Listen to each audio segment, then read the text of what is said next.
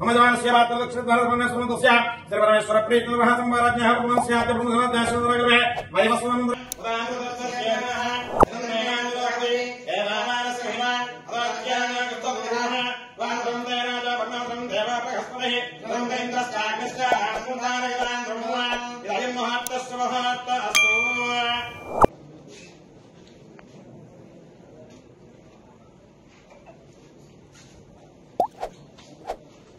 ఎట్లా ఉందని ఎట్లా అయితే నాకు తెలిసి ఈ డిస్ట్రిక్ట్ కొంచెం ఇండస్ట్రియల్ డిస్ట్రిక్ట్ చాలా ఎక్కువ ఈ కంపెనీస్ అవన్నీ ఉన్నాయి. సో అక్కడ నుంచి ఏ టైంలో అయినా ఉమెన్ వెళ్ళేటప్పుడు వాళ్ళకి ఇబ్బంది ఉంటే ఆ టైంలో స్పెషల్ గా బీచ్ పెట్టే అవసరం ఉందా, లేకపోతే కాలేజెస్ దగ్గర బీచ్ ఏమైనా పెట్టే అవసరం ఉందా?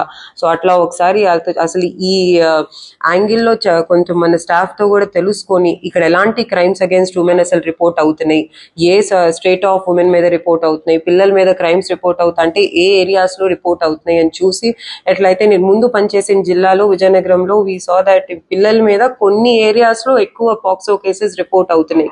పిల్లలు తెలియక వేరే వాళ్ళతో వెళ్ళిపోయి తర్వాత పాక్సో కేసెస్ వస్తాం జరుగుతున్నాయి. సో అలాంటి స్కూల్స్ లో మనం స్పెషల్ డ్రైవ్ తీసుకున్నాం. సో అట్లా అసలు ఈ డిస్ట్రిక్ట్ లో ఎట్లా కేసెస్ రిపోర్ట్ అవుతున్నాయి ఉమెన్ మీద, ఇంకెలాంటి ఫోన్ చేసి కంప్లైంట్ చేయొచ్చు, 100 కూడా సరిగ్గా వర్క్ అయ్యేటట్టు ఎన్ష్యూర్ చేస్తాము. సో ఆల్రెడీ డిస్ట్రిక్ట్ లో చాలా మంచి పనులు జరుగుతుంటాయి, వాటిని కూడా కంటిన్యూ చేస్తూ ఇంకేదైనా అవసరాలు ఉంటే నెక్స్ట్ కొన్ని రోజుల్లో అందరూ ఆఫీసర్స్ తో మాట్లాడి వచ్చిన పిటిషనర్స్ తో తెలుసుకొని వాటి గురించి చర్యలు తీసుకుంటామండి.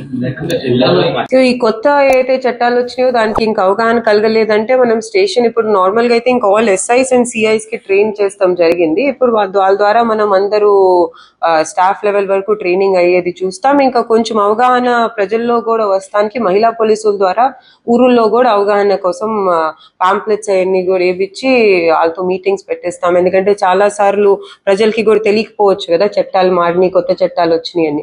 ఇంక ఈ కొత్త చట్టాల్లో కొన్ని సెక్షన్స్ మారినాయి, నంబర్స్ మారినాయి, కానీ చాలా మటుకు లాస్ సేమ్ ఉన్నాయి. సో మారిన ఈ సెక్షన్స్ ఏవైతే ఉన్నాయో దాని గురించి అవగాహన కల్పిస్తాం.